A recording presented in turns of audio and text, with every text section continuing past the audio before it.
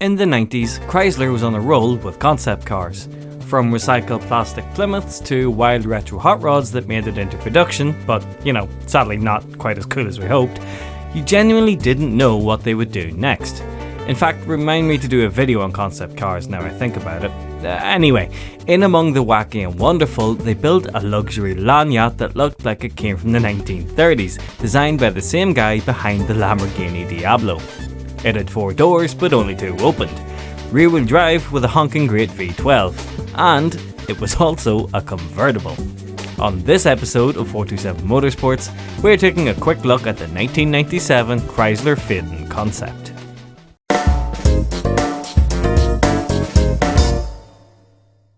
Normally I come into a video at this point and say thanks to the Patreon and all the rest, and yeah, thanks to the Patreon, I'll put all that stuff down below. But this is also some kind of exciting news. Gonna be streaming again. Finally got everything working, got internet sorted, got my setup. See if I can show you. Not a great shot of it actually now I think about it. Yeah, I've been out of the loop from doing videos this last while because I got metal in my eye and actually damaged the eye. I put a wee post in the community thing, you might have seen it, so it took me a while to be able to do videos again, so I hope you enjoy this one. Thank you so much everybody who's been watching so far, it means a lot. Tune in on Monday nights now, I'm going to be streaming, playing video games, chatting shit, all that sort of stuff. There will be more Subaru videos and so on and so forth, and there will be a Mercedes update, so check that out. But other than that, thank you so much and enjoy the video.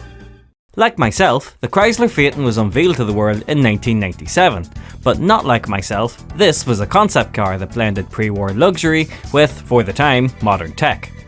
Its name, Phaeton, harks back to a body style popular in the 1930s, a sort of open-air touring car, often chauffeur-driven, if you have to ask you can't afford it kind of thing. I guess if Chrysler actually did make it as well, Volkswagen probably would have had to call their luxury Passat something else. Under that long bonnet was a 5.4 litre V12, which was actually 2 Chrysler 2.7 litre V6s, a staple of their lineup, fused together.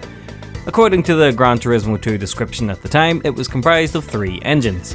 I quote, "The engine is made from the sections of 3 2.7 litre V6s, the front of one, the middle of another, and a portion of the rear of yet another."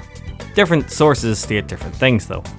The key takeaway is that in total it came to 425 brake horsepower, which made me think when I was younger that it must have had a Hemi, but obviously it didn't.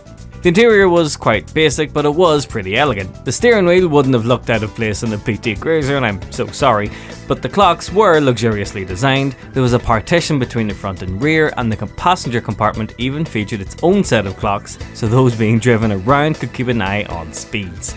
So fancy. The mastermind behind the Phaeton was Tom Gale, who was Chrysler's head of design during its 90s golden era. Gale was responsible for some of the most iconic designs to come from the US.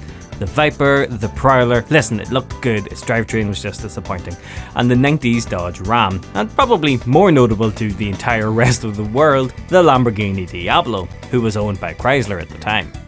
So why was Chrysler making a wild concept like this? Well, to be fair, that was kind of Chrysler's bag in the 90s.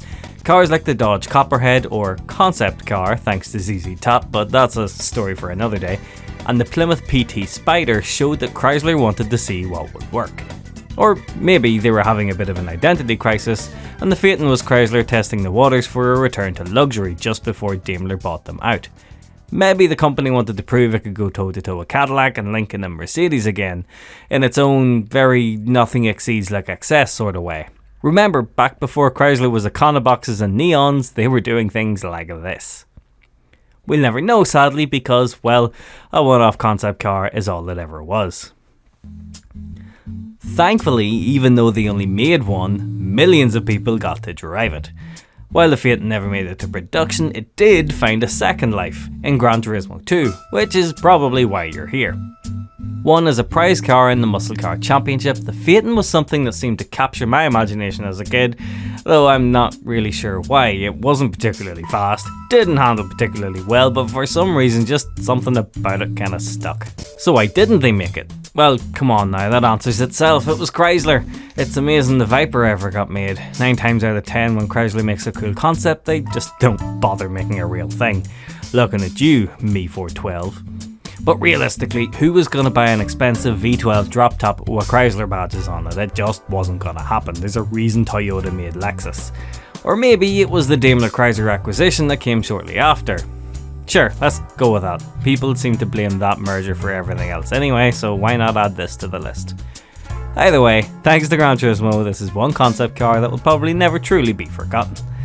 My name is Tomo, this is 427 Motorsports. Thank you so much for watching. Subscribe if you haven't already.